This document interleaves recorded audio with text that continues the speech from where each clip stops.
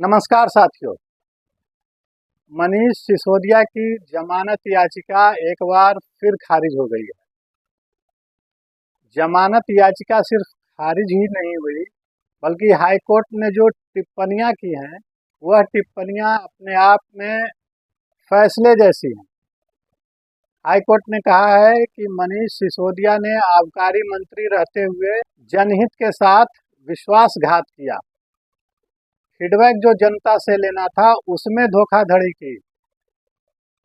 जो expert committee बनाई गई थी आबकारी नीति को बनाने के संदर्भ में, उस एक्सपर्ट कमेटी की कुछ नहीं सुनी गई और जनता से राय लेने के नाम पर अपने पसंद के लोगों द्वारा नकली या कहें कि फर्जी ईमेल के जरिए अपने मन मुताबिक राय मंगवाई गई और उसके अनुसार अपने लोगों को फायदा पहुंचाने के लिए आबकारी नीति गढ़ी गई। यह बहुत बड़ी टिप्पणी है हाई कोर्ट की। यह कोई आरोप किसी नेता के द्वारा नहीं लगाया जा रहा है।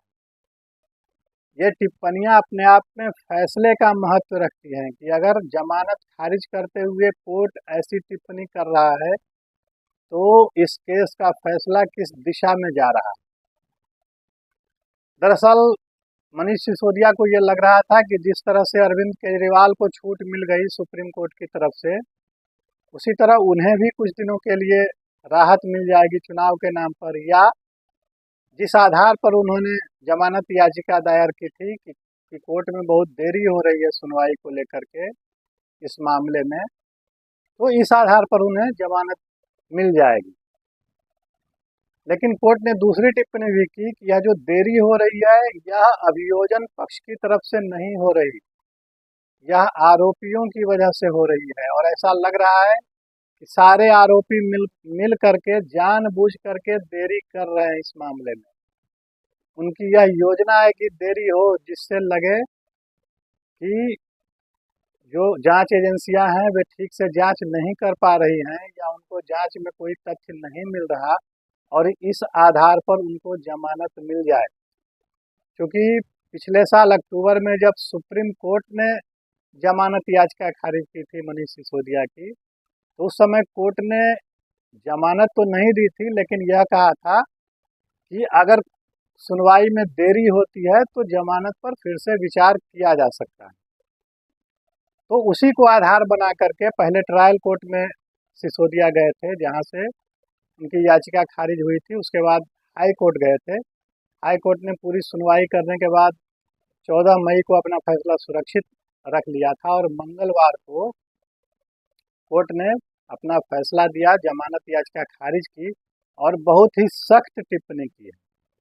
और यह कोई पहली बार नहीं है जब मनीष सिसोदिया की जमानत याचिका खारिज हुई। यह 8वीं बार है जब विभिन्न न्यायालयों ने, विभिन्न कोर्टों ने उनकी जमानत याचिकाएं खारिज की। उसमें ट्रायल कोर्ट से लेके हाई कोर्ट से लेकर के सुप्रीम कोर्ट तक। पिछले साल जुलाई में भी हाई कोर्ट ने जमानत याचिका खारिज की थी और सुप्रीम कोर्ट ने तो दो दो याचिकाएं खारिज की, और उसके बाद सुप्रीम कोर्ट में क्यूरेटिव पिटीशन भी डाला गया था। और यह क्यूरेटिव पिटीशन जमानत के मामले में डालना, यह अपने आप में एक अनोखी घटना थी, क्योंकि क्यूरेटिव पिटीशन एक आपातकाल की व्यवस्था है। जब ऐसा लगे कि सारे रास्ते बंद हो गए, कहीं से अब कोई उपाय नहीं है, यहाँ जब सजाएं हो जाती हैं आरोपियों को, तब इसका इस्तेमाल किया जाता है। लेकिन सिसोदिया ने जमानत के मामले में इसका इस्तेमाल किया। आपको याद होगा, अफजल गुरु का मामला हो या कसाब का मामला हो, उन्हें फांसी दिए जाने के पहले उनके पक्ष के वकीलों ने इस क्यूरेटिव पिटीशन का प्रयोग किया था। रातों रात सुप्रीम कोर्ट में याचिकाएं गई थी और जब क्यूरेटिव पिटीशंस भी खारिज हो गए, तब जा कर के उन लोगों को फांसी हुई थी। तो ऐसी विषम परिस्थिति में, ऐसी आपातकाल की स्थिति में, ऐसी इमरजेंसी में क्यूरेटिव पिटीशन का प्रयोग किया जाता है। लेकिन मनीष सिसोदिया ने उसको भी आजमा लिया और उसको आजमाने के बाद फिर से ट्रायल कोर्ट में जा रहे हैं, हाई कोर्ट में जा रहे हैं, और अब हाई कोर्ट से खारिज होने के बाद फिर सुप्रीम कोर्ट जाने की तैयारी है। आपको याद होगा, पिछले साल 26 फरवरी को वे गिरफ्तार हुए थे सीबीआई के द्वारा उसके बाद कुछ समय बाद, कुछ दिनों बाद ईडी ने भी उनको गिरफ्तार किया था और तब से वे लगातार जेल में हैं। एक आध बार वे भले पैरोल के जरिए बाहर आए थे और तब से लेकर अब तक पिछले 1 साल में 8 बार उनकी जमानत याचिकाएं खारिज हुई और कोर्ट ने जो टिप्पणी की है वह बिल्कुल आंखें खोलने वाली है। जो मूलभूत जो सिद्धांत है, जो लोकतंत्र की संरचना है, उस संरचना पर, उस सिद्धांत पर मनीष सिसोदिया ने प्रहार किया। जो जनता के साथ राजनीतिक दलों का विश्वास होता है, क्योंकि ये लोग तो ये कहा करते थे कि कोई भी काम जनता से पूछ कर करेंगे, तो शराब नीति को लेकर के भी जनता से राय ली जा रही थी और उस राय के पर्दे में अपने लोगों से ईमेल करवाए जा रहे थे और अपने लोगों को फायदा पहुंचाने के लिए उनका इस्तेमाल किया जा रहा था, यह बताते हुए कि जनता की ये राय है। कोर्ट ने ये कहा कि 18 विभाग मनीष सिसोदिया के पास थे और इन्होंने सत्ता का दुरुपयोग किया।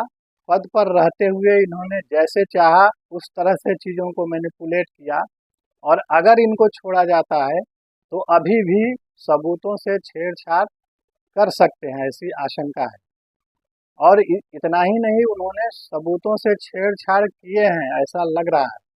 कई मोबाइल फ़ोन नष्ट किए गए, कई सिम कार्ड बदले गए। कहा जा रहा है कि 14 फ़ोन और 43 सिम कार्ड बदले गए और कई फ़ोन तो नष्ट कर दिए गए। 2 फ़ोन का संदर्भ कोर्ट में दिया गया। तो इन सब को देखते हुए जमानत की कोई स्थिति नहीं बनती है और जमानत नहीं दिया जा सकता। आज भी मनीष सिसोदिया प्रभावशाली हैं और बाहर जाकर वे सबूतों से छेड़छाड़ कर सकते हैं, बाहर जाकर वे गवाहों को प्रभावित कर सकते हैं। तो ये जो टिप्पणियां हैं हाई कोर्ट की, ये निश्चित रूप से सुप्रीम कोर्ट के भी सामने रखी जाएंगी। अब सुप्रीम कोर्ट इस पर क्या फैसला देता है, किस तरह की सुनवाई करता है, यह देखने वाली बात होगी। लेकिन फिलहाल इतना तय है कि चुनाव के संदर्भ में जिस तरह से केजरीवाल बाहर आए थे, उसी तरह से मनीष सिसोदिया या हेमंत सोरेन बाहर आने की कोशिश कर रहे थे, लेकिन उन सब के प्रयासों को झटका लगा है। तो आज के अंक में इतना ही। अगर आपको यह बातचीत पसंद आई हो तो हमारे चैनल को सब्सक्राइब करें, वीडियो को लाइक करें, अपना साथ और समर्थन हमें देते रहें। नमस्कार।